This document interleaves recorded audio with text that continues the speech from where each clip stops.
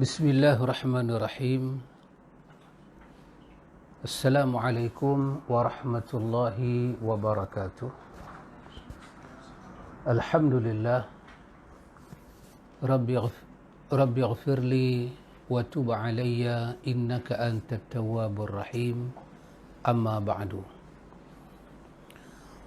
Ikhwatul iman, ikhwatu fid din, a'azakumullah wa uhibbukum fillah. Alhamdulillah, summa alhamdulillah. Alhamdulillah, ikhwatul iman, a'azakumullah.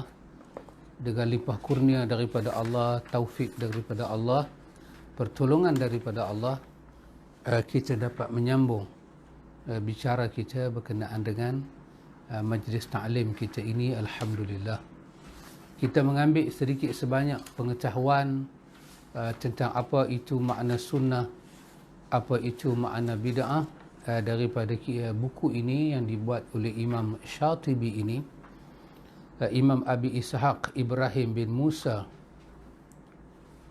Syatibi ini. Kita mengambil manfaat daripada buku ini. Alhamdulillah. Ikhwatul iman, kita menyambung sedikit perbicaraan kita berkenaan dengan tajuk ini. Pada bahagian yang lalu kita dah bincang dah beberapa perkara kenapa kita mesti menolak bid'ah. Di antaranya kita melihat kepada ayat daripada suratul Maidah, suratul Maidah ayat ketiga daripada suratul Maidah tentang al-yawma akmaltu lakum dinakum wa atmamtu alaikum ni'mati wa raditu lakumul islama dina. Dan ketika itu kita telah melihat apakah penjelasan yang diberikan oleh Imam Ibn Kathir rahimahullahu ta'ala. Kemudian kita juga melihat kepada ayat yang ada daripada surah Baqarah. Pada suratul Baqarah kita melihat ayat berkenaan dengan ya ayyuhallazina amanu dukhulu fis silmi kafah.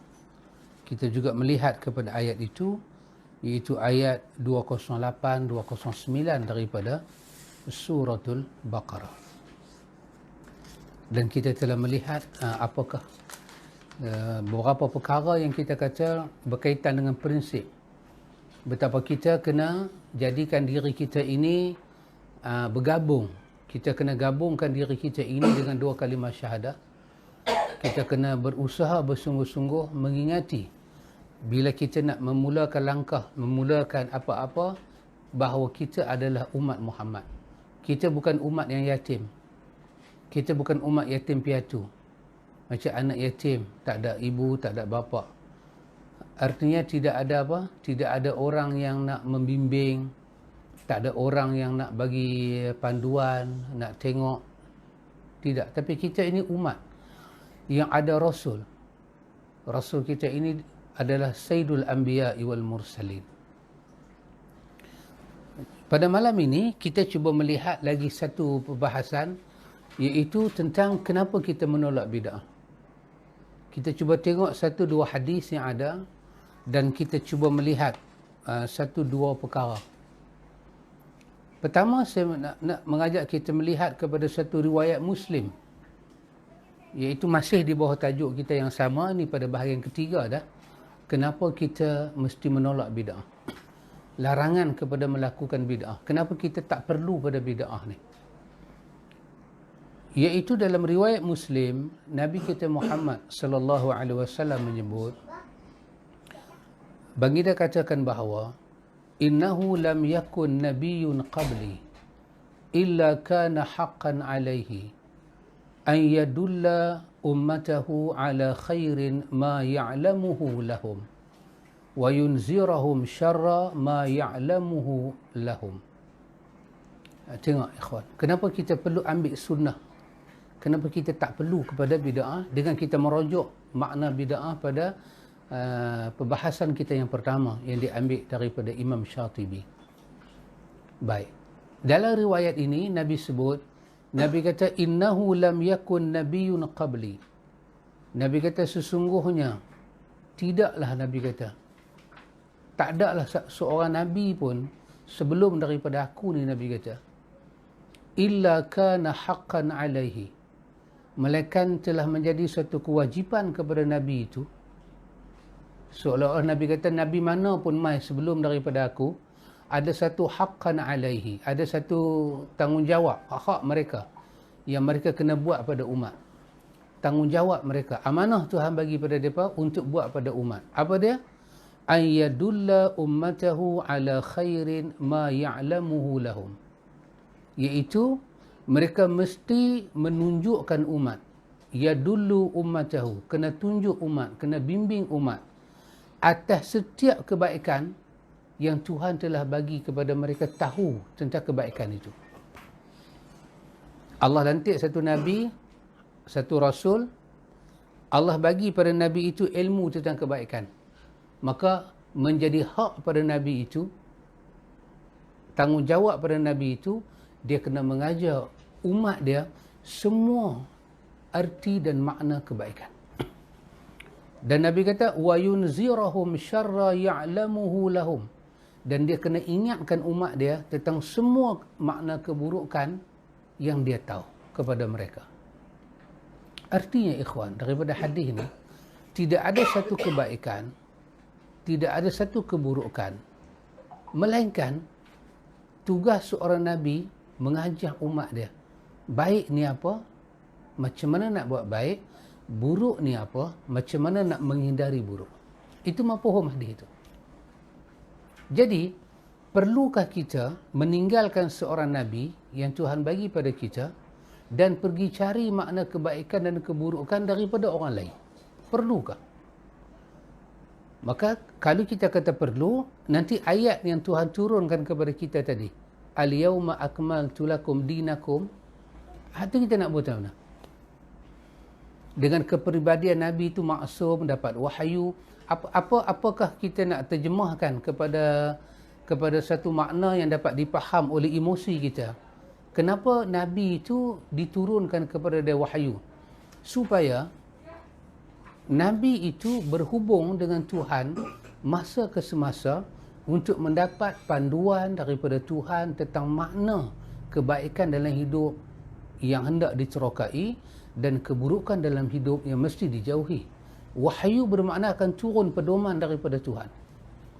Itu bukan kata dekat Muhammad saja ikhwan, kepada Ibrahim, suhufi Ibrahim wa Musa, kepada Daud diberi Zabur, kepada Musa diberi Taurat, kepada Isa diberi Injil. Ini semua panduan mengajak umat bagaimana nak buat itu, bagaimana nak buat ini.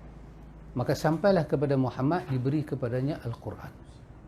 Jadi ikhwan, berdasarkan hadis ini, kita mesti berada di atas sebaik-baik petunjuk untuk mengenal makna kebaikan dan keburukan, dan tidak ada Nabi yang tidak mengajak umat dia tentang makna kebaikan dan keburukan dalam hidup.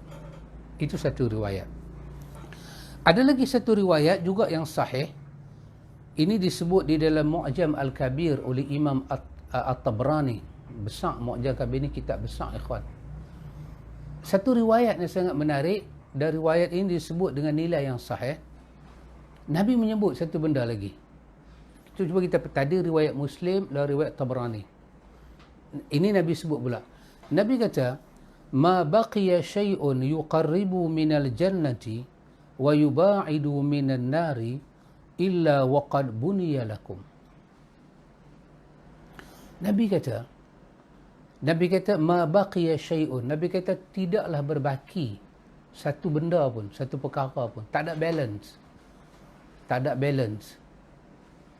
Kalau kita bagi duit, orang bagi duit ke kita, suruh pergi beli barang di kedai, kita pun pergi beli barang. Duit dia bagi itu dengan barang kita beli cukup-cukup. Kita balik. Dia tanya pada kita, mana balance? Kita tak ada, no balance. No balance. Tak ada balance. Tak ada balance maksudnya tak ada baki. Maksud dia apa? Tak ada tertinggal satu pun di tangan kita ni. Nabi kata, ma baqiya syai'un. Nabi kata tak berbaki satu pun. Nabi kata, yuqarribu minal jannati wa yuba'idu minan nari. Tak berbaki satu benda pun Nabi kata daripada perkara yang mendekatkan kamu dengan syurga dan menjauhkan kamu dengan neraka, illa waqad buniya lakum, melainkan semuanya telah pun aku buniya lakum, aku jelaskan dan aku terangkan pada kamu dalam sunnah aku. Nah ikhwan, hadis lebih jelas kenapa kita tak memerlukan bid'ah. Apa benda yang yuqarribu minal jannah, mendekatkan kita dengan syurga, wa yubaidu minan nari, menjauhkan kita daripada neraka. Apa benda? Nabi kita tak berbaki satu benda, melainkan semuanya telah aku terangkan pada kamu. Subhanallah. Kita pakai zikir untuk dekatkan diri dengan syurga. Kita nak baca Quran, dekat diri dengan syurga. Kita nak semayang, dekat diri dengan syurga. Kita nak masuk tarekat, nak dekat diri dengan syurga. Kita buatlah apa amalan. Ni tambah sekarang ni bulan Rejab. Banyak amalan keluar. Zikir bulan Rejab, istighfar bulan Rejab, doa bulan Rejab, semayang bulan Rejab, puasa bulan Rejab. Semua itu untuk apa ikhwan? Yuqarribu minal jannah. Nak bagi kita dekat dengan syurga. Nabi kata, tidak ada benda yang mendekatkan kamu dengan syurga, melainkan aku telah terangkan. Karena itu kita dah baca dah dalam riwayat Muslim, hadis Jabir, Nabi kata, wa khairal hadi, hadi Muhammad. Sebaik-baik petunjuk Muhammad. Telah ada.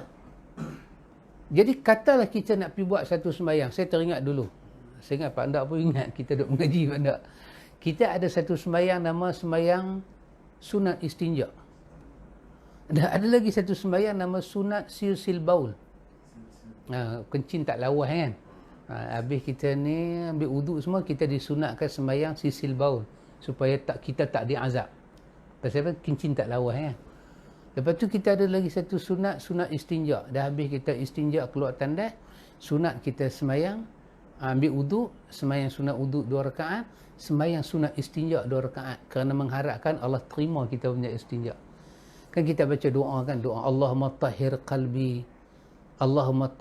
qalbi minan nifaq wa hassin farji. Kita minta Allah bersihkan hati kita daripada nifaq dan Allah sucikan kemaluan kita. Ini semua kita buat kerana nak jaga diri kita jangan disentuh oleh api neraka. Tapi Nabi kata, semua benda yang mendekatkan kamu dengan syurga, aku telah ajar. So kita pun dulu buatlah sembahyang sunat istinja, silsil baul. Sembahyang ni hambubuh nama apa pun tak ada, yang tak pernah kita tak buat benda. Pasal sembahyang kan? Bukan ajak balas ganja. Sembahyang. Semua kita buat. Tapi bila kita kenang balik dengan Nabi kata illa waqad buniya lakum, semua yang membawa kamu ke syurga, semuanya telah aku terangkan. Bila kita Tuhan bagi peluang dan masa, Tuhan pilih kita belajar petunjuk Nabi Muhammad, kita pun dapat peluang belajar, kita jumpa guru-guru kita. Guru-guru kita ni alhamdulillah dalam sunnah ni, pergilah tang mana bumi sekalipun, kata dia kalau guru mengajak sunnah, sifat dia akan sama. Dia tak akan bercakap tanpa kitab. Sifat dia lagu tu. Dan dia tak akan ambil kitab yang dalam kitab tu tidak ada hadis. Tak ada. Dan dia lagi satu tak akan ambil hadis kalau hadis tu tak ada kedudukan. Di mana guru kita? Saya mengaji di kampung Dodoi Abu Sama dengan Ustaz Iraqi macam tu. Lepas tu saya pergi ke Iraq dengan dia pun lagu tu, dengan Syekh Maulud pun macam tu. Sifat mengaji macam tu. Allah pilih kita. Ini saya teringat perkataan Syekh Maulud dalam khutbah Jumaat, dia kata dan dia menangis. Dia kata satu benda kita kena kenang dalam hidup kita ni apa dia? Tuhan yang pilih kita dan letak kita pada satu situasi dan kondisi. Bukan kita yang memilih. Bagi pelajar-pelajar dia kata, ayuhat tulab, untuk pelajar-pelajar ni dia kata, kamu kena sedar Tuhan yang pilih kamu. Tuhan pilih kamu untuk dapat ilmu dia. Tuhan pilih kamu untuk kenal Nabi dia. Dan kadang-kadang kalau kamu mau renung benda ni, sebahagian daripada rezeki, bukan kata sebahagian, rezeki yang kamu dapat tu, semuanya ada kena mengena dengan agama Tuhan. Terutama kamu ustaz-ustaz, dia kata. Katalah ada satu ustaz, katalah dia jual habatus sauda, katalah dia jual madu. Katalah dia jual apa-apa produk sekali pun. Dan dalam masa yang sama, ada orang lain jual benda yang sama. Tapi kenapa orang beli produk ustaz? Bila orang beli produk ustaz, Tuhan seolah-olah bicara dengan kita, kerana agamanya aku bagi kat hang lah orang beli produk hang. Kalau bukan kerana agamanya dalam diri hang, nescaya hang punya marketing sama macam orang lain. Kerana ilmu agama ada pada diri kita lah, orang panggil kita dengan gelaran terhormat ustaz. Dan setelah aku bagi semua hang, aku pilih hang reti ilmu aku pilih hang belajar ilmu aku. Lepas tu aku pilih dunia memberi kesaksian, bagi sijil pada hang mengaji ilmu aku. Lah ni aku nak letak hang di satu tempat, aku nak tengok apa hang buat dengan ilmu aku. Dan aku turunkan satu ayat pada hang dalam surah Qasas. Tuhan kata, wa ahsin kama ahsanallahu ilaik. Allah kata, sekarang kau buat baiklah pada orang macam mana aku buat baik pada hang. Allah pilih kita dan Allah uji kita. Dengan ilmu agama kita, Tuhan angkat nilai kita jadi ustaz. Tuhan kata, macam mana aku bagi ilmu kat hang, aku buat baik kat hang, aku nak hang buat baik kat orang macam aku buat baik kat hang. Ya ikhwan, kita daripada zero. Kita ikhwan, saya tak tahu ikhwan, kosong kita ni, tiba-tiba Allah boleh bagi pada kita buku nama Al-I'tisam, Imam Syatibi. Sedaklah balik daripada mula kita belajar agama pada kita pun tak pernah tahu takrif bid'ah ada lain dibuat oleh Syatibi kan. Kita duk pakai bid'ah ni macam kita duk baca selalulah, tapi bila kita baca Syatibi kita baru tahu contoh-contoh Syatibi buat. Siapa pilih kita? Tuhan yang pilih kita.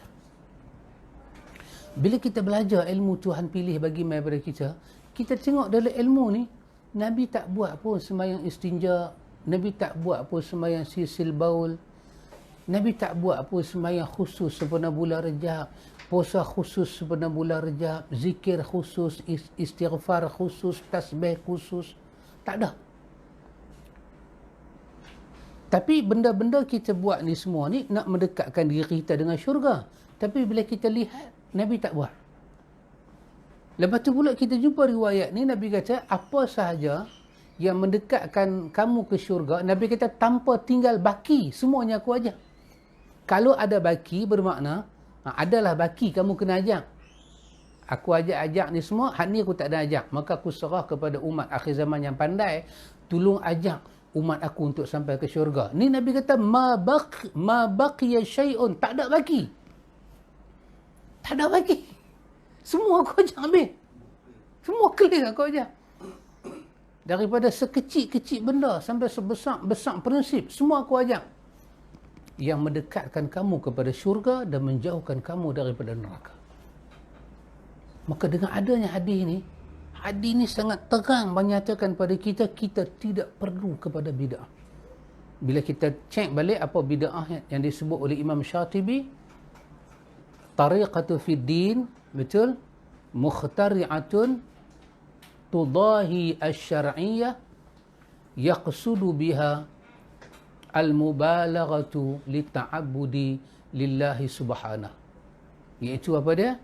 Satu jalan, satu rekaan dalam agama. Pasal tu dia dalam agama, bukan dalam dunia. Satu mukhtari'atun, satu rekaan itu dia tariqatu fid din, dia jalan dalam agama. Yang bila dicipta jalan dalam agama itu tudahi asy-syar'iyyah, betul-betul menyerupai syariat, tapi dia bukan syariat hakikatnya.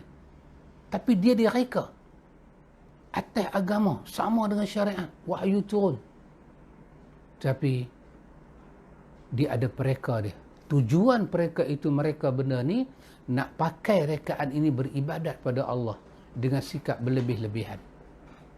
Jadi seolah-olah mereka ni tak tahu kata syariat yang Tuhan turunkan itu telah sempurna. Itu makna bid'ah. Maka bid'ah ni yang menyerupai agama. Tadi kita sembahyang 2 rakaat sisil baul, sembahyang 2 rakaat istinja, sama macam agama, macam sembahyang sunat wudu, macam sembahyang qabliyah ba'diyah, sama. Tetapi ini dikatakan berlebih-lebihan satu rekaan dibuat. Yang ini bila kita tengok dengan hadis ni, dia tak add pa. Sebab Nabi kata illa waqad buniya lahum, illa waqad buniya lakum, melainkan semuanya telah aku terangkan. Sehingga kita tak perlu kepada bid'ah. Tak perlu. Kita tak perlu langsung kepada bid'ah. Karena itu ikhwan, kita tak perlu bid'ah setelah kita melihat kepada petunjuk yang begini makmur yang ada di dalam dalil-dalil agama. Kita tengok hadis ketiga, hadis daripada Bukhari dan Muslim. Ini menarik perkataan Aisyah radhiyallahu anha. Aisyah kata apa ikhwan? Aisyah kata, man haddathaka anna an-nabiy sallallahu alaihi wasallam katama syai'an min al-wahyi fala tusaddiqhu. Lianna Allah Ta'ala yaqul ya ayyuhar rasulu balligh ma unzila ilayka min rabbik wa illam taf'al fama ballaghta risalatah. Aisyah baca ayat 67 daripada Al-Maidah. Aisyah kata, kalau kamu ada dengar orang bercakap sama ada dia pakai perkataan yang literal sungguh ataupun dia pakai perkataan yang kinayah, yang makna secara lafaz dia tak sebut tetapi secara makna boleh faham macam tu. Apa dia? Ada katalah kamu dengar ada statement menyatakan yang dapat kita faham, kata sesungguhnya Nabi kita Muhammad ini katama syai'an minal wahyu. Dia ni ada menyembunyikan sesuatu dari wahyu. Ada wahyu Tuhan turun kat dia, dia tak sampai habis. Menyebabkan orang lain yang datang kemudian kena sempurnakan balik. Sebab kenapa orang lain kena sempurnakan balik? Sebab dia takbir je. Kalau ada orang cakap lagu ni ataupun dia tak cakap macam ni, boleh dipaham nak pergi ke situ. Aisyah kata, fala tusaddiqu, jangan sekali-kali kamu benarkan akan perkara ini. Kerana dalam Al-Quran Allah menyatakan, wahai Rasul, Allah kata, wahai Rasul, balligh ma unzila ilaika min rabbik. Sampaikan apa yang diturunkan kepada engkau daripada Tuhan engkau. Wa illam taf'al, kalau ada benda yang Tuhan sampaikan pada kamu, kamu tak sampai pada orang, fama ballaghta risalatah, maka itu menunjukkan kamu khianat dalam menyampaikan amanah Tuhan kamu. Aisyah kata, mustahil Tuhan akan panggil kepada Rasul itu dengan nama Rasul dan Nabi kalau pada diri mereka ada sifat khianat. Dan mustahil akan ada ayat, al-yawma akmaltu lakum dinakum wa atmamtu alaikum ni'mati wa raditu lakumul islam madina, kalau ada daripada wahyu ni belum sempurna. Yes. Kalau tak sempurna, ayat ni tak akan turun lagi. Pasal tu bila turun ayat ni dengan tarikh Nabi wafat, Imam Ibn Katsir kata dalam tafsir dia, tidak ada ayat syariat dah turun. Tidak ada. Ayat berkenaan dengan hukum hakam, syariat dah tak turun dah. Ayat yang turun lepas itu semua ayat-ayat cuma nak bagi tahu kata agama dah lengkap, dah lengkap, dah lengkap. Itu saja. Lain tak ada ayat dah turun. Maka bila ada orang kata betul Nabi tak buat, tapi tak salah kita buat, dia seolah-olah ada makna kepada Muhammad belum menyempurnakan menyampaikan risalah Tuhan dia. Yang benarnya ialah kalau Muhammad tak buat, itulah yang paling sempurna. Kita jangan buat. Kita punya tajuk percakapan ni dalam bidang apa ikhwan? Dalam bidang agama, din, ibadat. Pasal itu jangan diputakkan. Bila orang kata, kalau itu Muhammad mana buka bengkel, Muhammad mana naik Toyota. Jadi kita umat Muhammad nak repair enjin Toyota. Kita umat Muhammad nak buka kedai spare part. Mana ada petunjuk? Dah, ini dalam Imam Syatibi kata tariqatun fid din. Itu rekaan dalam agama, dalam urusan beribadat. Maka jangan kita katakan Muhammad tidak menyempurnakan wahyu yang diturunkan kepada dia. Jangan kata Muhammad sampai tak sempurna. Aisyah kata, kalau kamu dengar perkataan lagu tu, ada ke arah itu, fala tusaddiqhu, jangan sekali kamu benarkan, kerana Quran telah turun menyatakan Muhammad telah sampai risalah Tuhan dia. Ikhwatul iman, kita pergi pula kepada satu hadis lain, riwayat Muslim. Saya sedang mengumpulkan satu dua hadis nak bagi kita tengok betapa sempurnanya sunnah. Kita tak perlu pada bid'ah ni. Dalam satu riwayat Muslim daripada sahabat yang terkenal nama dia Salman Al-Farisi radhiyallahu an. Salman Al-Farisi ditanya oleh seorang bukan Islam. Kata dia kepada Salman, dia kata, qad 'allamakum nabiyyukum kulla syai'in hatta al-khara'ah. Soalan dia. Dia kata kepada Salman, adakah Nabi kamu mengajak kamu semua benda sehingga kan hatta al-khara'ah, sehingga kan nak khara'ah ni maksud dia apa? Qada hajat. Cara nak qada hajat, cara nak buang air kecil, buang air besar, tu pun Nabi ajak ke? Tu pun hampa panggil dia dengan nama Nabi dan Rasul, tu pun kerja Nabi mai ajak ke? Salman jawab, dia kata ajal. Dia kata tepat sekali. Memang macam tu. Hang dengar baik aku nak terang apa Nabi ajak pada kami. Laqad nahana an nastaqbila al-qiblata li gha'itin aw baulin. Pertama aku nak abang pada hang, apa Nabi ajak pada kami? Nabi telah melarang kami ketika buang air besar, ketika buang air kecil daripada menghadap kiblat. Yang kamu, pendeta-pendeta kamu, apa nama kita kata, rahib-rahib kamu tak pernah ajak benda ni. Tapi Muhammad ajak kami. Dua, an-nastanjiya bil yamin. Nabi melarang kami daripada beristinja dengan tangan kanan. Yang hampa pun tak tahu. Tiga, au an nastanjiya bil aqalla min thalathati ahjar.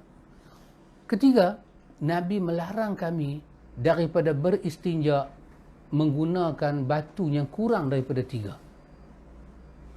Keempat, au an nastanjiya bi raji' au bi azmin. Keempat, Nabi larang kami beristinja dengan menggunakan raji', yakni kekotoran binatang. Nabi larang dalam istinja pakai kotoran binatang, au bi'azm, atau menggunakan tulang belulang. Semua ni Nabi ajak kami. Ada tak ada pendeta hampa, rahib hampa, padri hampa, orang agama hampa ajak macam ni? Dia kata tak ada. Ya, inilah ajaran Nabi yang begitu sempurna. Kalau sesempurna ini ajaran sunnah, kenapa kita perlu pada bid'ah? Tak perlu pada bid'ah. Kita tak berhajat pun kepada bid'ah. Kerana sunnah dah tamam. Yang Quran kata tadi kan, udkhulu fis silmi kafah. Masuklah kamu dalam Islam semuanya. Kalau ikut Imam Barbahari, masuklah dalam sunnah sepenuhnya. Kerana Islam adalah sunnah, sunnah adalah Islam. Karena itu ikhwan, saya katakan bahawa umat ni dia perlu ada suatu sensitivity. Melayu panggil apa? Rasa sensitif. Kena ada sikit rasa sensitif. Macam mana? Begini. Kita umat Nabi kita, Nabi Muhammad sallallahu alaihi wasallam, kita kena ada suatu rasa sensitif. Macam mana ikhwan? Macam ni. Kalau orang kata lebih kurang kepada isteri kita, yang had orang kata tu bukan sifat bini kita, sensitif kita akan bangkit bela. Kita kata tak.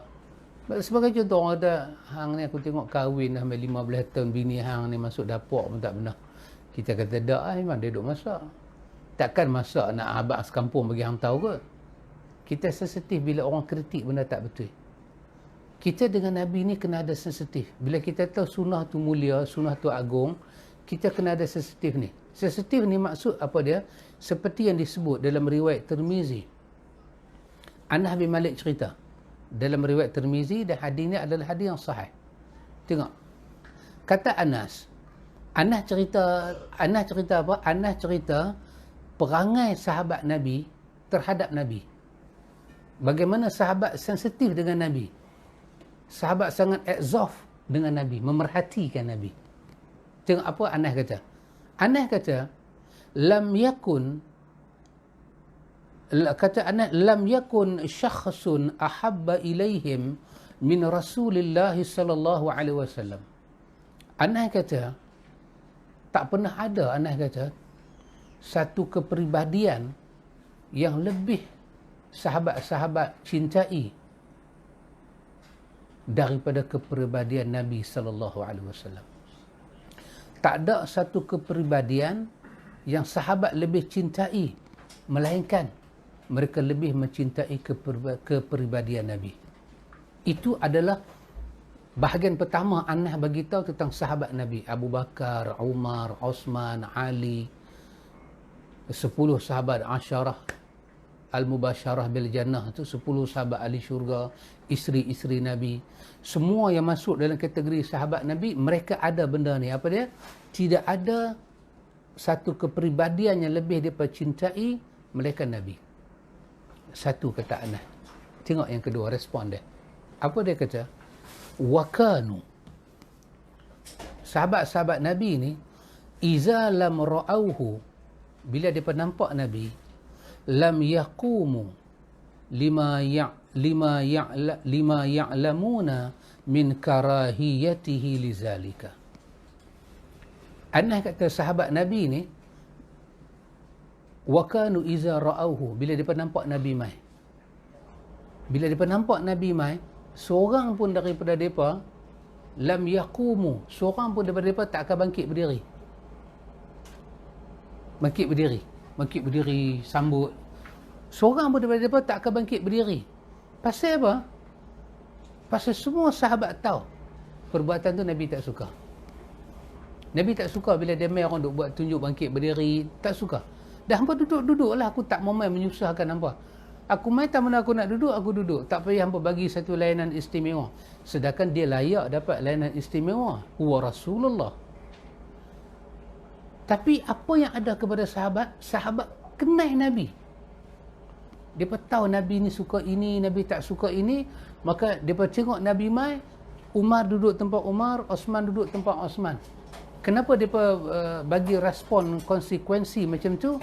Kerana dia tahu benda Nabi suka, benda Nabi tak suka.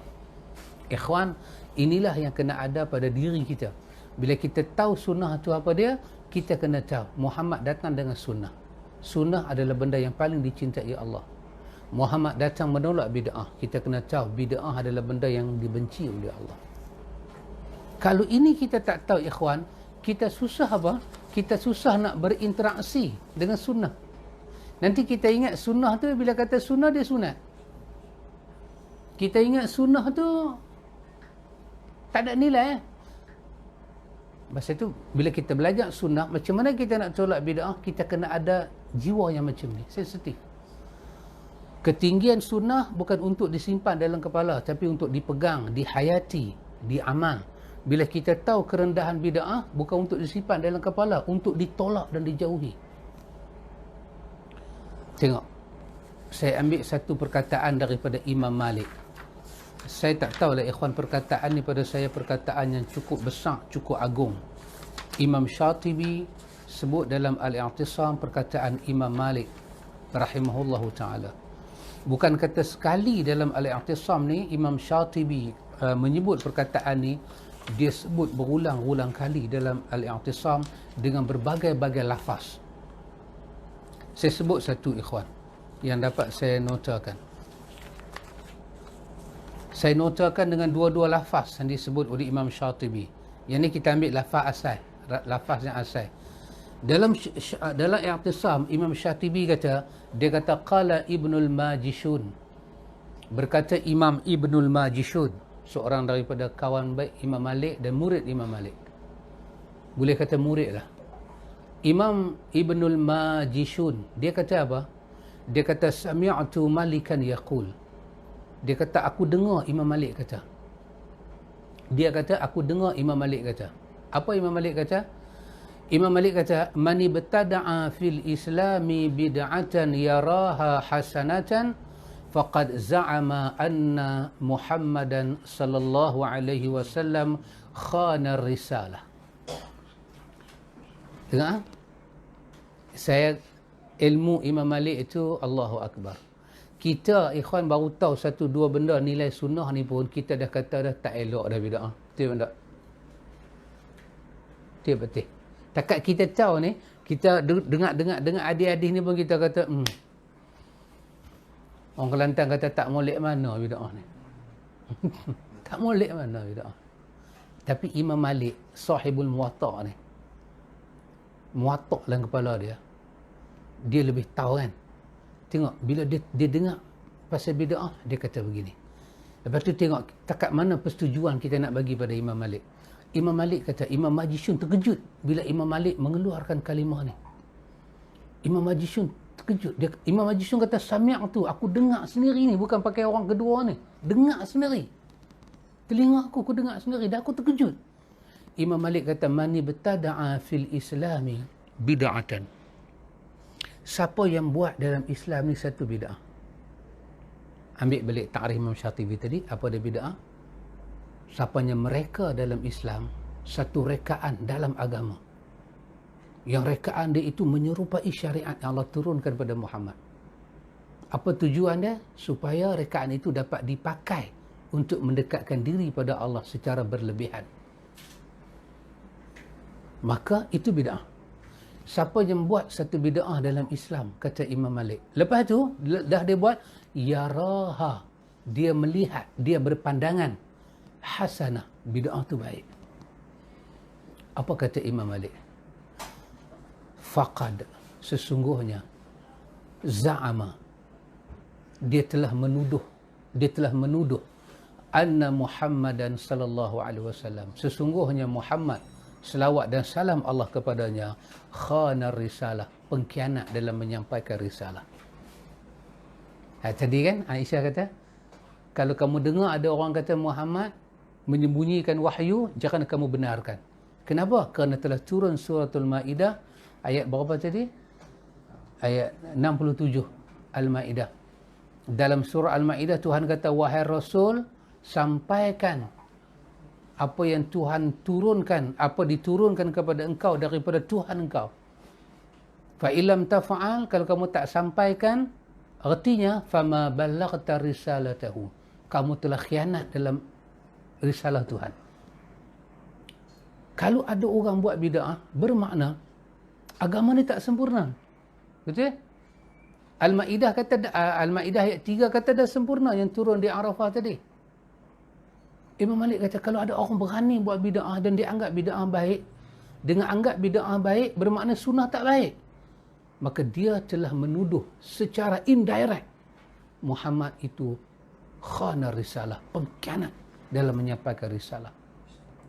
Imam Malik kata, li'anna Allah Ta'ala yaqul, kerana Allah Ta'ala menyatakan dengan jelas, al-yawma akmaltu lakum dinakum wa atmamtu alaikum ni'mati wa raditu lakumul islam dina.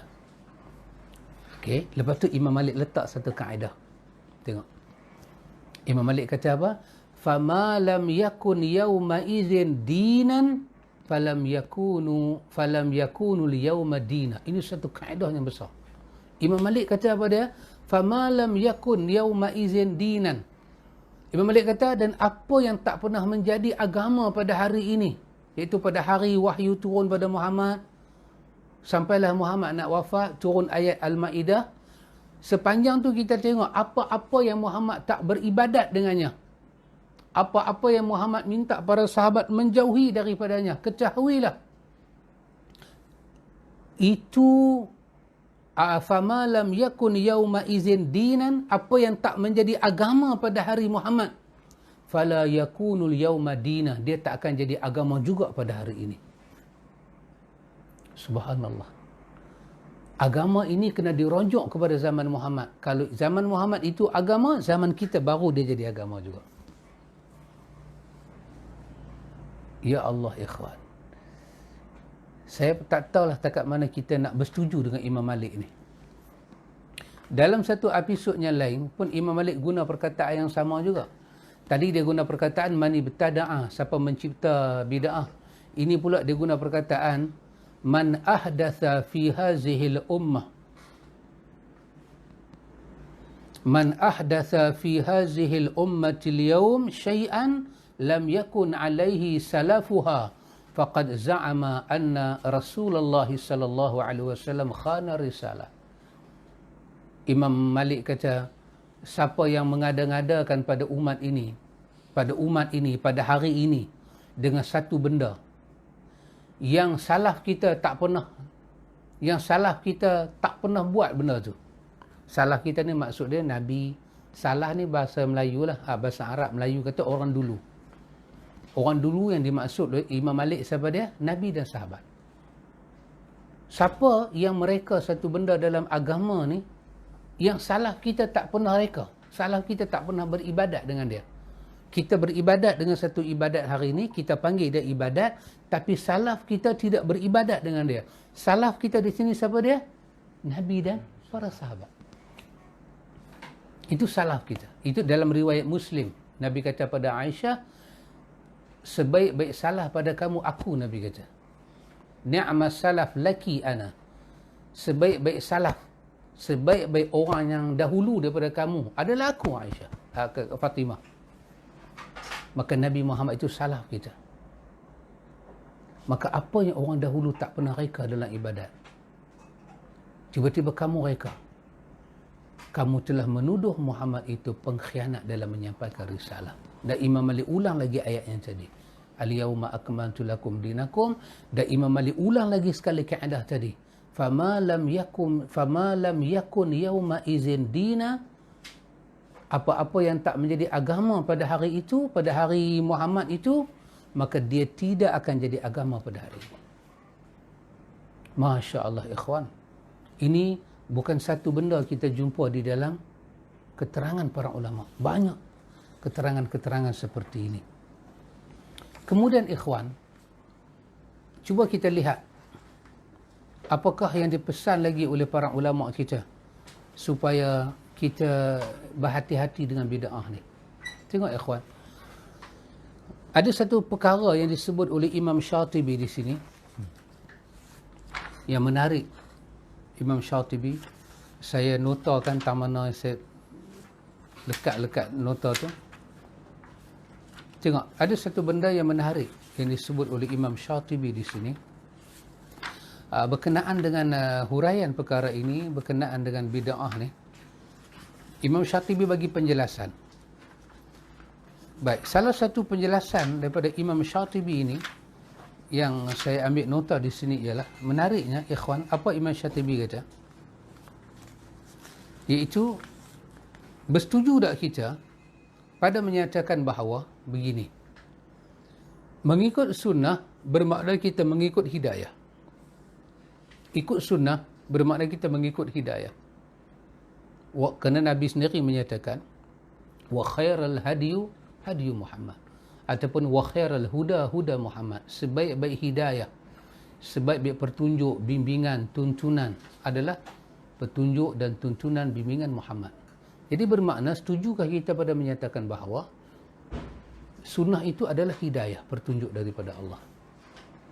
Kalau sunnah itu petunjuk daripada Allah, dan sunnah ni bukan daripada akal ciptaan Nabi kita Muhammad, dia semua tali temali daripada Tuhan. Wa ma yantiqu 'anil hawa in huwa illa wahyun yuha 'allamahu syadidul quwa.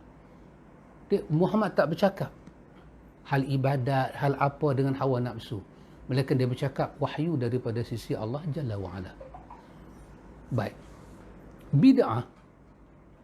Bid'ah, setujukah kita pada menyatakan bahawa dia bukan daripada wahyu, dia bukan daripada petunjuk, dia daripada akal dan hawa nafsu manusia. Sebab dia pireka, tariqatun fid din, dia pireka. Dengan seolah-olah mereka bid'ah itu melupakan kesempurnaan syariat Tuhan ni. Macam dia ingat syariat Tuhan tu tak sempurna lagi. Setujukah kita pada menyatakan bahawa dalam bid'ah itu ada hawa nafsu, dalam sunnah itu ada hidayah Tuhan? Setujukah kita itu? Kalau kita tak berani bersetuju tu, bermakna parlimen belum bersidang lagi. Macam mana nak buat? Kalau kita tak berani kata dalam bid'ah tu kaya, benda yang banyak, benda yang syarat dengan hawa nafsu. Sebab dia adalah mukhtari'atun, dia benda dia reka. Kenapa Nabi kata kullu bid'atin dalalah? Setiap bid'ah itu adalah dalalah, kerana isi kepada bid'ah itu adalah dalalah, kesesatan. Dan sesat itu datang daripada hawa nafsu. Mengambil hawa nafsu, meninggalkan petunjuk Tuhan, itu dalalah. Kita tinggalkan hawa nafsu kita, kita ambil petunjuk Allah yang datang kepada Rasul, kita ambil. Itu bermakna kita meninggalkan hawa nafsu kita, mengambil petunjuk. Itu nama dia Al-Hidayah. Ini yang Tuhan kata dalam ayat dia, bahawa Tuhan kata sebahagian daripada hamba ini dia bagi hidayah. Yahdi man yasha'u. Allah hidayahkan sebahagian daripada hamba dia, dan Allah sesatkan sebahagian daripada hamba dia. Baik, kata Imam Syatibi, baik, satu perkara yang kita nak kena tahu ini ikhwan, bahawa setuju tak kita pada menyatakan wa anta ta'lam ma fi ittiba'il hawa wa annahu dalalun mubinan.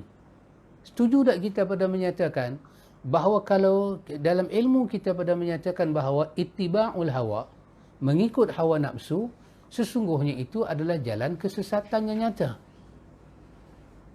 Setuju tak kita pada perkara itu? Setuju tak kita pada menyatakan kalau kita turut hawa nafsu, kita akan sesat? Kalau kita tak setuju, Imam Syatibi kata, cuba dengar satu firman Allah Ta'ala, yang Allah kata pada Nabi Daud AS. Apa Tuhan kata dalam Quran pada Daud? Tuhan kata, ya Daud, inna ja'alnaka khalifatan fil ardi, fahkum bainan nasi bil haq, wa la tattabi'il hawa, fayudillaka an sabilillah. Allah kata, wahai Daud, sesungguhnya kami jadikan engkau khalifah di atas muka bumi zaman dia. Maka hukumlah di kalangan manusia dengan kebenaran. Allah kata dekat Daud, wala tattabi'il hawa. Jangan kamu ikut hawa nafsu kamu walaupun sikit, fayudillaka an sabilillah. Nescaya kau akan tersesat dari jalan Allah. Daripada ayat ini, Tuhan kata pada Daud, ikut hawa nafsu jumpa sesat. Tak cukup takat tu. Allah kata lagi satu kepada Nabi pula. Allah kata kepada Nabi berkenaan dengan orang-orang di belakang dia. Allah kata, فَإِنْ لَمْ يَسْتَجِيبُ لَكَ فَاعْلَمْ أَنَّمَا يَتَّبِعُونَ أَهْوَاءَهُمْ وَمَنْ أَضَلُّ مِمَّنِ اتَّبَعَ هَوَاهُ بِغَيْرِ هُدًى مِنَ اللَّهِ إِنَّ اللَّهَ لَا يَهْدِي الْقَوْمَ الظَّالِمِينَ. Allah kata, فَإِنْ لَمْ يَسْتَجِيبُ لَكَ, kalau sekiranya mereka tak menerima ajakan kamu, kalau sekiranya mereka menolak ajakan kamu, Allah kata fa'lam, ketahuilah. Baik, ajakan Nabi ni apa ikhwan? Wahyu. Apa isi wahyu? Kalamullah. Wahyu ni kalam Tuhan. Apakah ajakan Nabi Muhammad? Sunnah dia. Dia pesan, berpeganglah kamu dengan dua benda, kamu tak akan sesat selama-lamanya. Pegang apa ikhwan? Pegang Quran dan adat. Pegang Quran dengan tok nenek, pegang Quran dan parti, atau pegang Quran dengan sunnah? Yang mana dia kata? Pegang Quran dan sunnah. Lepas tu datang hadis lain pula, macam mana nak pegang Quran dengan sunnah tu macam mana? Dia kata, addu 'alaiha bin nawajiz, gigit dengan gigi gerham kamu. Jangan lepaskan. Bermakna kalau kita lepas tu gigi tercabut, kita terpisah daripada dunia ni. Macam tu dia ajar. Macam tu sekali dia ajar. Kalau sekiranya Muhammad, mereka menolak ajakan kamu ni. Kalau mereka menolak ajakan kamu ni Muhammad, ketahuilah, ajakan kamu itu daripada Allah. Mereka tolak juga. Sesungguhnya mereka mengikut hawa nafsu. Maka Allah kata, tengok, fokuslah di sini. Ini bukan saja Syatibi sebut, diulang lagi sekali oleh Al-Hafiz Imam Ibn Qayyim dalam A'lamul Muwaqqi'in. Kalau mereka ikut hawa nafsu mereka, tengok Tuhan kata, waman adallu, Allah kata, siapakah yang lebih sesat hidup dia, mimman ittaba'a hawahu, daripada orang yang mengikut hawa nafsu dia. Kenapa? Bighairi hudam min Allah. Kerana dalam hawa nafsu itu tidak pernah ada petunjuk daripada Allah. Dia ikut juga hawa nafsu. Quran kata, innallaha la yahdi qaumaz zalimin. Dia jadi orang zalim. Hidayah Tuhan tidak ada pada orang yang zalim. Maka Imam Al-Hafiz Ibn Qayyim dalam A'lamul Muwaqqi'in, dia kata, dengan adanya ayat ini dia kata, al-amru amraini la salisuhuma. Urusan menjadi dua, bukan tiga. Urusan ada dua, bukan tiga. Pilihan ada dua, bukan tiga. Sama ada mengikut hawa nafsu, sesat, atau mengikut petunjuk Tuhan di atas hidayah. Bukan ketiga. Soalan sekarang, kita di atas apa? Maka sekarang antara sunnah dan bid'ah, yang mana di atas hidayah Tuhan? So kalau kita kata saya tak mampu lah buat keputusan lagi, oh bahaya. Bermakna hati kita ni ada benda yang menutup. Tutup. Benda tutup. Dia panggil hijaban mastura dalam Al-Isra. Dia satu penutup dinding. Dia ada dinding. Bila ada dinding, kita tak nampak dah dunia luar. Lepas tu dalam dinding ni pula ada satu mastura, ada satu yang menutup kita pula. Antara kita dengan orang balik sana ada dinding. Dia tak nampak kita dah, kita pun tak nampak dia. Lepas tu, atas mata kita ni pula ada selaput mata. Kita dah duduk dalam dinding, kita pula tak nampak kawasan dinding ni. Satu hijab lagi. Dalam hijab ada hijab lagi. Hijab tadi dipanggil hijab, yang ni pula mastur. Penutup lagi. Bermakna kalau dia terlepas daripada mastur, dia boleh buka tutup mata dia, dia masih tak keluar lagi. Dia masih dalam hijab lagi. Dua ada kata siapa ikut hawa nafsu. Maka dalam surah Al-Kahfi yang baca semalam, semalam pula. Kalau baca semalam kira rajin betul. Dua malam baca. Dalam Al-Kahfi 28. Allah kata lagi sekali. Setelah Allah bagi penjelasan hidayah macam mana, hawa nafsu macam mana, Tuhan kata, Allah kata, wala tuti' man aghlafna qalbahu an zikrina wattaba'a hawahu wa kana amruhu furuta. Allah kata, janganlah sekali-kali kamu taat man aghlafna qalbahu. Jangan sekali-kali kamu ikut, kamu bagi ketaatan, bagi ketundukan kepada orang yang Tuhan telah beri kelalaian pada hati dia. An zikrina, daripada ingat Allah. Lalai hati daripada ingat Allah. Lepas tu Tuhan kata, wattaba'a hawahu, dan jangan kamu ikut orang yang mengikut hawa nafsu. Kenapa? Wa kana amruhu furuta. Kerana urusan orang yang mengikut hawa nafsu ni, urusan dia selalu melampau. Dia akan melampau dengan sunnah. Melampau. Dan sunnah tu melampau. Berlebih-lebihan. Dua golongan. Satu orang yang lalai. Hati mereka lalai. Dan yang kedua orang yang mengikut hawa nafsu. Tuhan kata jauhi mereka. Maka ikhwan, balik kepada yang kita bercakap. Dalam konteks kita bercakap ini, disuruh jauhi bid'ah. Saya nak tambah sepatah sikit dalam Al-Kahfi ni menarik. Bila Tuhan kata, wala tuti' man aghlafna qalbahu an zikrina.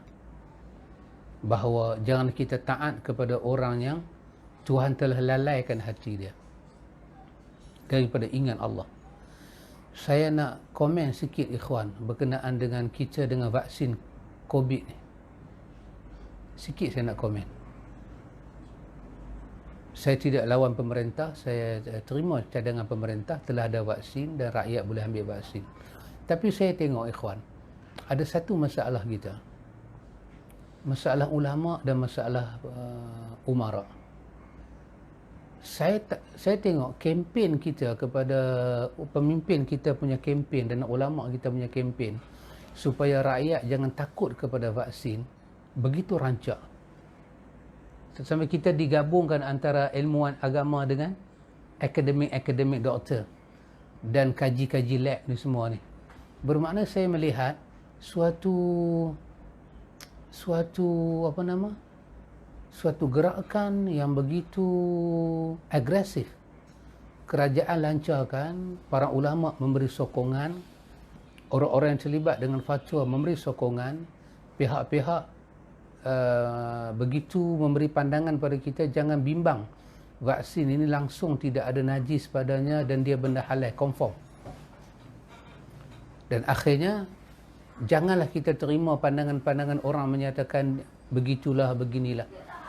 Dan ahli akademik Islam yang duduk di kesihatan, kesemuanya bagi jaminan keselamatan.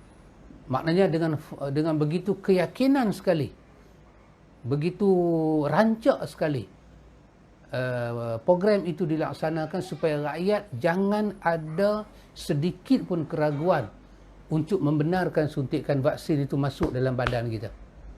Terimalah. Maka itu saya tidak kata apa-apa. Sebagai rakyat yang sah dalam Malaysia ini, warga negara yang sah, saya terima. Tetapi saya rasa sedih dengan para ulama kita dan kerajaan kita. Kerana tidak ada program serancak itu untuk meyakinkan rakyat bergantung dengan Tuhan. Tak ada. Rancak kita gantung dengan vaksin. Saya tak tahu kalau para ulama kita akhirnya boleh buat kesimpulan. Kita terima vaksin ni, tapi kita kena ingat hadis Nabi. Nabi kata apabila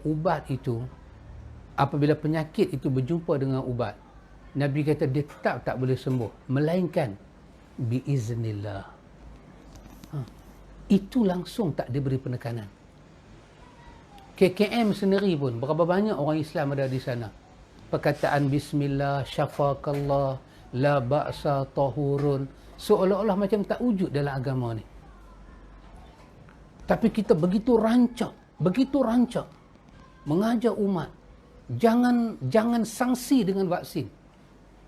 Dan Prime Minister telah pun cucuk dia, pengarah KKM telah pun cucuk, seolah-olah itu confident. Langsung tak guna perkataan insya-Allah, biiznillah, tawakkaltu 'ala Allah, bismillah. Ikhwan, ada satu benda dalam hidup kita ni, kenapa Tuhan tak benar kita ikut orang yang lalai ni? Apa dia? Masa Allah bicara dalam surah Al-A'raf ni, 96 tak silap saya Al-A'raf, Allah cerita tentang negeri yang diperintah. Negeri itu ada masalah. Lepas tu Tuhan sebut apa dia? Tuhan sebut dua benda. Walau anna ahlal qura amanu wattaqau. Kalau penduduk negeri itu beriman dan bertakwa. Beriman dan bertakwa. Beriman dan bertakwa. Subhanallah. Allah kata, Allah akan buka keberkatan daripada langit dan bumi. Berkat ni ikhwan, tak akan ada kalau lisan kita tak sebut nama Allah. Tidak akan wujud berkat. Tak akan wujud berkat. Tak akan wujud berkat. Saya ingat lagi Syekh pernah sebut, andai kata kalau tidak ada ikhlas dalam berdakwah, dakwah kamu tidak akan berkat. Tak akan ada berkat. Berkat dakwah ni ikhwan, pendakwah tu dah mati sekalipun, Tuhan akan hidupkan seruan dia. Berkat. Berapa banyak kita ambil Imam Ahmad bin Hanbal, berkat dakwah dia, pemerintah zaman dia Mu'tazilah tolak dia. Bahkan pukul dia dimusuhi oleh 3 kurun. Oleh 3 generasi pemerintah dia dimusuhi. Dia dihukum. Kerajaan Baghdad dikuasai oleh kemenangan Mu'tazilah. Dan dia dikatakan sesat. Takkanlah Imam Ahmad zaman dia ada tauliah. Mu'tazilah nak bagi tauliah kat dia. Maka dia penceramah tak ada tauliah. Selit juga sikit. Tapi hari ini berkatkah ilmu Mu'tazilah? Dunia tak mahu Mu'tazilah punya ilmu. Dunia mahu ilmu Imam Ahmad. Lihat kepada Musnad Imam Ahmad yang disyarah 52 jilid. Subhanallah. Ya subhanallah ikhwan. Imam Ahmad melahirkan anak dia, Abdullah bin Ahmad. Dia syarah hadis-hadis bapa dia sendiri. Allah ya Tuhan. Maka kalau kita makan, kita tak baca bismillah kita makan. Kenyang, kenyang. Siapa kata tak kenyang? Tapi ada berkat tak? Tak ada berkat. Kekenyangan belum menjamin kita ada tenaga kuat boleh buat ibadat pada Allah. Kerana berkat dalam tenaga itu kita buat ibadat pada Allah. Lihatlah ahli maksiat. Semuanya sihat-sihat. Tapi kenapa mereka terhalang daripada ibadat? Kerana maksiat tidak berkat. Yang menghalang kita dekat dengan Tuhan adalah dosa. Saya tidak melihat begitu dahsyatnya ulama-ulama kita dalam Malaysia mempertahankan vaksin. Alhamdulillah. Saya pun tak, saya ingat kalau vaksin ni halal ke tak halal, saya ingat tak penting tajuk dia. Dulu Cadbury halal ke tak halal, orang balon serba tu lah. Rokok tu pernah ada cuk halal. Kau tak rokok. Ada tak ustaz balai rokok? Kalau saya tanya lebih pada tu, nanti orang marah. Ha? Saya tanya lagu tu. Ada tak ustaz balai rokok? Balai, ada tak ustaz pertahan rokok tak haram? Ada? Ada cuk halal? Tak ada. Jadi isu vaksin halal ke haram tak bukan benda penting sangat. Tu hak duk kata cucu orang kecil manis tu. Apa panggil? Insulin tu. Ha. Pernah tanya halal haram? Ada apa dalam tu? Tak benar. Sebab rakyat Malaysia bukan diajar pun dengan halal haram ni oleh para ulama. Dah. Forex itu semua tu. Pernah ke kita? Wahai kita banyak ulama-ulama kita PhD dalam forex lah, dalam apa rank lah. Dulu Pini ada panggung rank, tutup dah.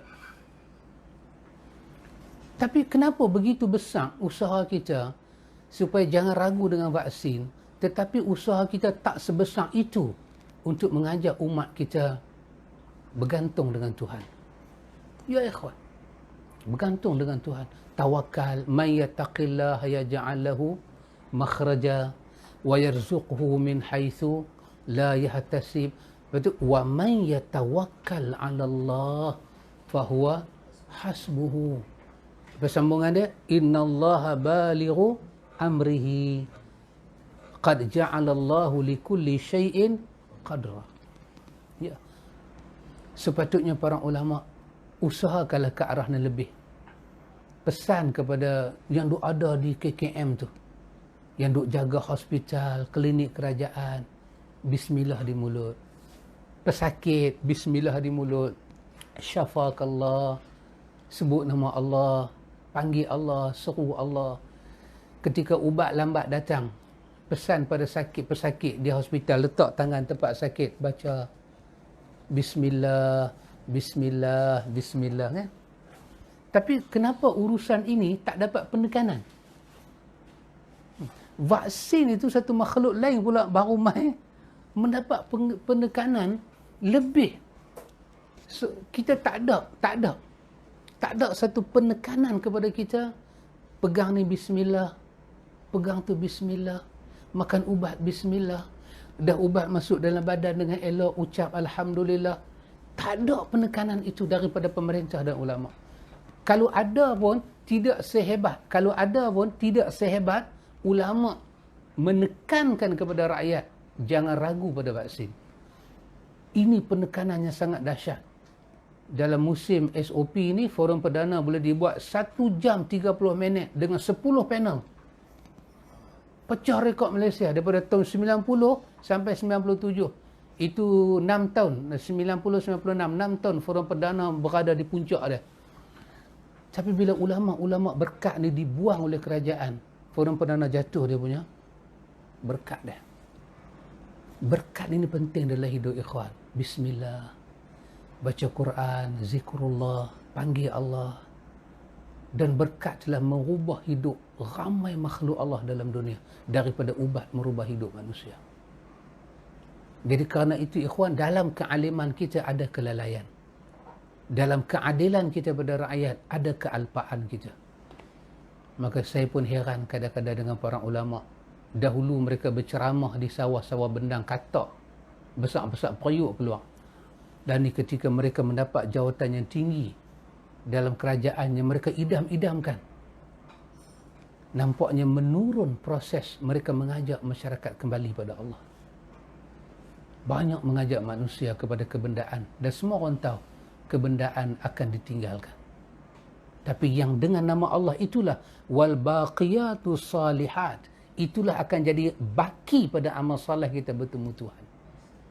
Maka saya kata pada diri saya dan pada keluarga kita, ikhwan, kita hidup dalam keluarga kita dengan nama Allah.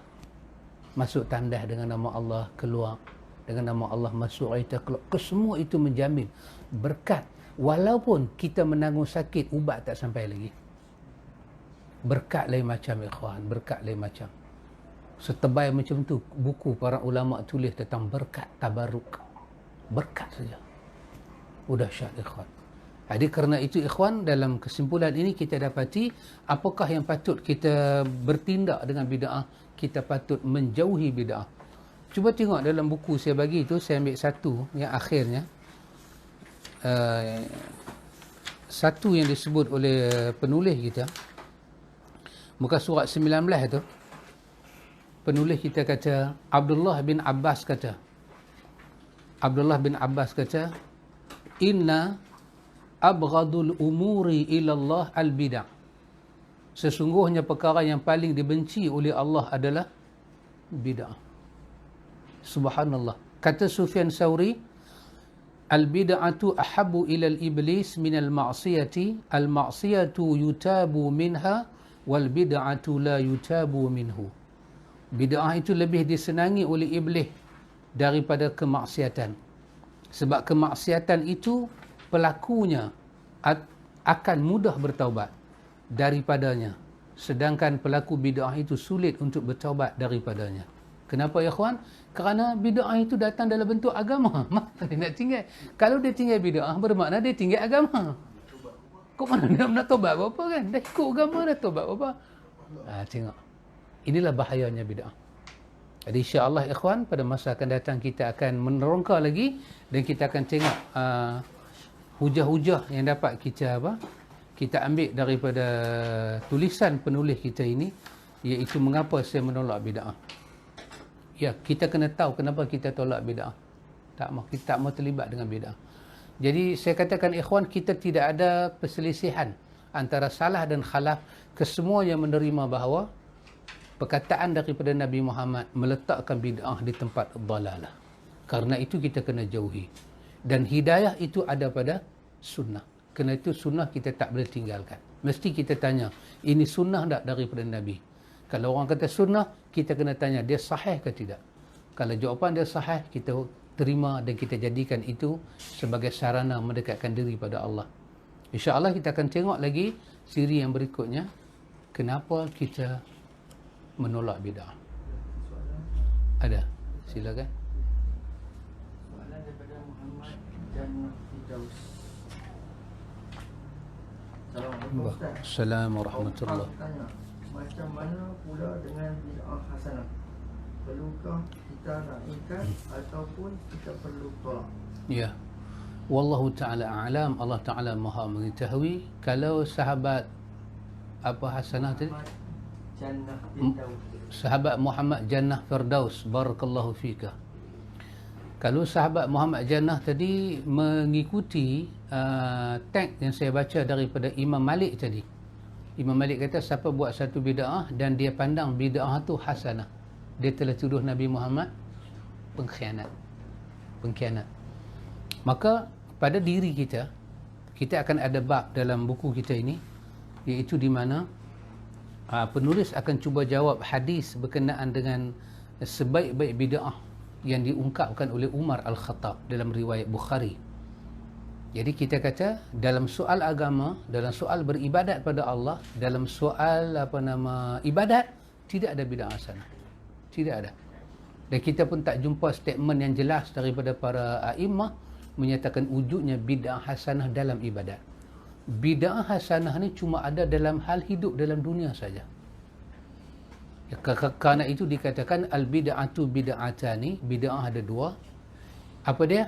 Ma wafaqa bil kitab was sunnah fa mahmud. Bid'ah ada dua. Itu bila para imam kata bid'ah ada dua, dia bukan maksud dalam konteks kita baca ni. Dia maksud dalam hidupan. Dalam hidup bid'ah ada dua. Satu mahmud, satu mazmum, dicela. Yang mahmud itu dikatakan bid'ah hasanah. Apa sifat dia? Ma wafaqal kitab wa sunnah fa mahmud. Yang bertepatan dengan Quran dan sunnah. Bermakna pekerjaan hidup kita ni tak melanggar Quran dan sunnah. Bukan haram, bukan benda syubhat. Pekerjaan kita buat itu duduk dalam konteks Quran dan sunnah. Kita reka lah apa-apa. Reka itu, reka jambatan, reka sekolah, reka mercu. Macam zaman Nabi tidak ada menara berkembang. Zaman kita ada menara berkembang. Ada menara apa lagi satu? KL. Tinggi tu kan. Buatlah benda itu. Asalkan penciptaan itu tidak melanggar Quran dan sunnah, maka dipanggil mahmud. Itu bid'ah baik. Dan lagi satu bid'ah dicela. Apa dia? Setiap pekerjaan kita dalam dunia yang bertentangan, yukhaliful kitab was sunnah, yang bertentangan dengan Quran dan sunnah, maka itu adalah dicela. Maka dua-dua konteks bid'ah ni bukan dalam hal tariqatun fid din. Dia bukan jalan agama. Dia dalam pasal itu dalam kehidupan, usul fiqh yang semua orang faham. Apa dia? Al-aslu fi syai'i al-ibahah. Asal kita punya dasar hidup ni, semuanya boleh buat.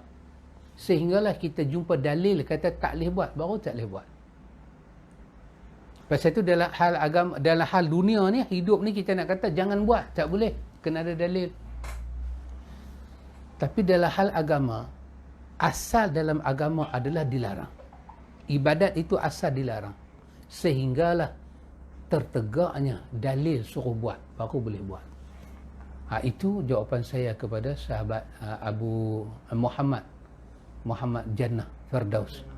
Semoga Allah merahmati, dan jangan takut, insya-Allah kita ada ke depan tajuk itu. Tajuk di mana kita akan ulas perkataan Imam Syafi'i tentang bid'ah tu ada dua, insya-Allah. Dan insya-Allah para imam semua di atas jalan sunnah, tidak ada khilaf dengan sunnah. Wallahu taala a'lam. Ada soalan daripada Abu Haq. Apa pandangan Ustaz mengenai rawatan Islam yang penuh dengan amalan bid'ah, tetapi pesakit itu sembuh? Ya. Wallahu taala a'lam. Allah Maha mengetahui. Sahabat Abu Haq, barakallahu fika. Semoga Allah merahmati sahabat. Salam saya kepada Ustaz Nuh. Ustaz Abu Haq, berkenaan dengan masalah apa tadi? Rawatan Islam. Rawatan Islam yang penuh dengan amalan bid'ah. Ya. Wallahu ta'ala alam. Allah Maha mengetahui. Sembuh ni dia tak ada kena mengena sama ada benda tu sunnah ke, bid'ah ke, halal ke, haram, dia buat lain. Dia sembuh ni kalau dia diizin oleh Allah sembuh. Kalau Tuhan izinkan makan babi tu sihat, sihat lah. Dia bukan syarat untuk sembuh tu kena benda halal tak. Pasal tu vaksin dibincang halal ke tak. Sebab bincang halal ke tak tu bukan syarat sembuh. Banyak lagi ubat orang tak bincang, telan suruh batu lah. Sembuh dia bab lain tu. Sembuh dia bab Allah izin. Berlaku dah sembuh. Tak halal pun sembuh.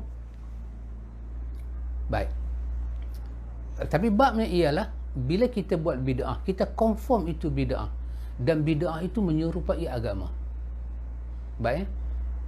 Saya ambil apa yang saya belajar daripada tuan guru kita, Ustaz Adnan Saad. Yang saya belajar pada Ustaz Adnan, tengok kaedah dia. Satu-satu ibadat, pertama ada nama. Ibadat mesti ada nama. Yang kedua, ibadat mesti ada tempat.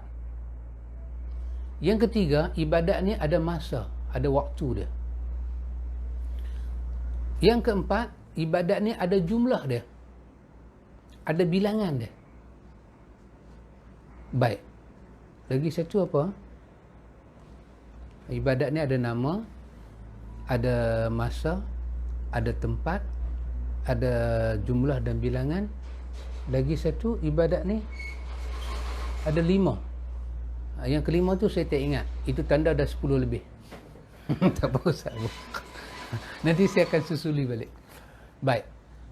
Kelima-lima ini sama ada nama ibadat, tempat ibadat, waktu ibadat, bilangan ibadat, kelima, cara ibadat. Cara ibadat. Ingat 5. Saya ulang lagi sekali ya. Nama, ibadat kena ada nama. Ibadat ada masa dia. Masa dan waktu sama. Yang ketiga, ibadat ada tempat dia. Yang kelima, ibadat ada jumlah dia. Dan yang kelima, ibadat ada cara dia. Baik. Sebutlah satu ibadat yang kita duk baca dalam sunnah ni yang Nabi ajak kita yang tak ada nama. Apa dia? Ibadat apa Nabi ajak tak ada nama? Mana ada? Antara sa'i dengan tawaf. Yang ni panggil sa'i, ni panggil tawaf. Nama tu siapa bubuh? Nabi bubuh. Dan Nabi bubuh suka-suka ke tak? Ibadat ni mesti ada nama. Dan nama untuk ibadat mesti daripada syariat, mesti daripada Nabi. Orang lain tak boleh saja-saja nak buat nama. Yang kedua, ibadat ni mesti ada tempat. Tak mana nak buat haji? Mesti ada. Tak mana nak ukuf? Tak mana nak sa'i? Tak mana nak miqat? Mesti ada tempat. Nak sembahyang tak mana? Ada tempat. Ibadat ni ada masa dan waktu. Ya. Lohak nak buat bila? Ukuf bila? Masa. Puasa bila? Ni dah main bulan Rejab. Tapi saja nawaitu saum Ramadan. Saum Ramadan apa ni bulan Rejab? Tak boleh ya. Bulan Rejab. Ramadan ada masa dia. Baik. Zakat ada masa dia. Kemudian ibadat ada jumlah dia. Berapa rakaat? Berapa pusingan tawaf dengan sa'i? Jumlah dia. Zikir. Berapa jumlah dia? Zikir tidur berapa? Zikir lepas sembahyang berapa? Berapa jumlah dia? Jumlah ditentukan. Dan yang paling dahsyat sekali, ibadat ni ada cara dia. Cara Nabi. Ya. Cara Nabi. Kalau dia ibadat, dia mesti terikat dengan benda ni. Kalau dia tak terikat dengan benda ni, artinya dia bukan ibadat. Dia urusan dunia. Maka urusan dunia ni boleh dibidah-bidahkan. Buatlah macam mana pun. Macam kita, orang buka Shell. Mestikah ada satu tempat buka Shell? Duk mencari dalil. Mana ada? Saya ada tanah sawah, bendang. Melambak tanah tu, buat permohonan buka Shell. Buka Shell ni bukan macam ukuh di Arafah, mesti buka di Mekah. Tak mana ikut suka. Baik, kalau ibadat, dia mesti kembali. Nabi akan ajak, clear Nabi ajak. Baik, perubatan cara Islam. Perubatan cara Islam ni, pada pandangan saya sajalah, dia tak termasuk dalam ibadat khusus. Dia adalah benda yang mujarab, benda yang boleh teknikal. Dia bukan ibadat. Dia bukan ibadat khusus. Pasal tu dia tidak ada bacaan khusus. Penyakit ni baca ni. Tapi kerana dia bukan benda khusus, kita jangan khususkan dia, nanti jadi bid'ah. Untuk penyakit ni awak baca ni 15 kali. Penyakit ni awak baca 10 kali. Janganlah. Cukup kembali pada benda asas dia apa dia? Quran itu seluruhnya adalah syifa. Cubalah baca sampai sembuh. Berapa kali? Tak tahu berapa kali. Baca. Dan tak ada cara baca. Kalau kita bubuh cara baca, kita akan masuk dalam ibadat khusus tadi, cara buat. Cara dia macam ni. Tahan nafas baca. Kita mengkhususkan. Kecuali ada mujarab. Mujarab ni apa dia? Dicuba, tengok cara ni berkesan. Dia dipanggil mujarabun. Dia di atas pengalaman orang. Itu saja. Pasal tu ubat yang kita makan, ubat doktor ni, dia cuba dulu. Cuba kat tikus lah, cuba dekat belalang lah. Tak tahu lah binatang apa, dia pun baca lah. Dia pun cuba. Bila ada kesan dengan dos yang sama, lega, baru dia masuk lab, dia itu sebagai ubat. Itu saja. Maka perubatan ni, maka saya melihat ada satu benda yang tak bagus dalam perubatan Islam ni apa dia? Berubat depan khalayak ramai. Lepas tu ambil video. Tambah berubat perempuan. Dia tu dengan menjerit dengan apa? Dia panggil ruqyah lah apalah depan khalayak ramai. Lah, janganlah macam tu. Ini mazhab Syafi'i ni pun orang bincang, perempuan boleh dah baca Quran kuat-kuat. Apa pasal masalah suara aurat ke tak? Ni dia menjerit macam tu, pergi panggil orang bawa ke dewan, ramai orang duk tengok, ruqyah kena. Yang ni bukan ruqyah, ikhwan, ni ada kamjat. Yang ni kita tentang. Yang ni saya ingat bukan kata kita, semua kita kena buatlah satu bilik, laki dia masuk, apa dia masuk, sudahlah. Dan tak payahlah cerita aib sampai nak kena rakam. Perubatan Tok Wali, perubatan Sunan Wali kena. Nama perubatan Sunan Kalijogo ke? Semua. Tapi rakam orang bercakap aib lah, yang tu lah, yang ni lah. Ini semua benda-benda yang sangat-sangat kita kata bid'ah lah, ikhwan. Jangan buat benda lagu ni. Tapi di atas nama perubatan, nak test ayat tu, nak test ayat ni, silakan. Kalau orang panggil kita kan, berubat orang, kita pun nak tahu ayat apa. Cakap ayat kursi kita tahu. Tapi ada orang baca jadi, orang baca tak jadi. Itu nama mujarab. Ulanglah, ada ulang. Pasal tu kena sabar. Pasal tu tidak ada ubat paling mujarab dalam dunia melainkan ubat itu keyakinan dan kesabaran. Ustaz Abu Haq, itu di antara pandangan saya. Mungkin tak tepat dalam bab ni, tapi itu pandangan saya sajalah. Kalau dia kata makan bawang tu ada khasiat, silalah. Makan bendi ke, macam duk bincang dengan Pak Tih hari tu, ayat serai lah, silalah. Kita cuba minum ayat serai. Itu sekadar mujarrabun. Apa? Cuba, usaha, cuba. Sebab itu bukan dalam ibadat yang khusus. Maka jangan kata masa nak makan ayat serai ni, apa penyakit awak? Kecil manis. Kecil manis dia yang ni zikir dia.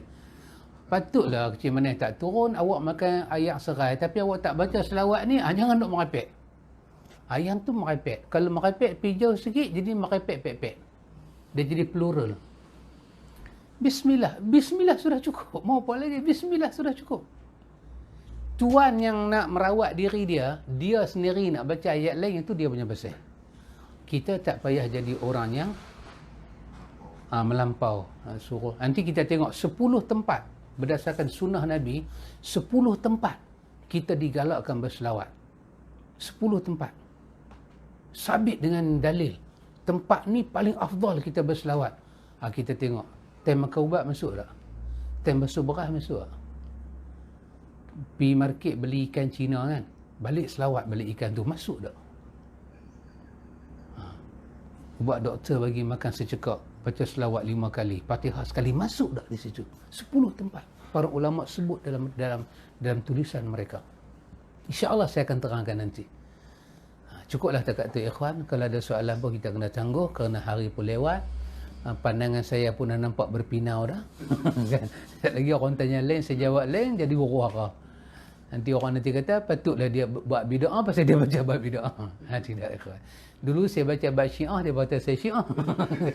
Pasal masa tidak mengizinkan. InsyaAllah semoga Allah merahmati kita. Terima kasih kepada Ustaz Abu Haq dan Ustaz Muhammad Jannah Firdaus kerana sudi melayan karenah saya pada waktu ini. Wa ila liqa, hayakumullah, barakallahu fikum. Assalamualaikum warahmatullahi wabarakatuh. Subhanakallah.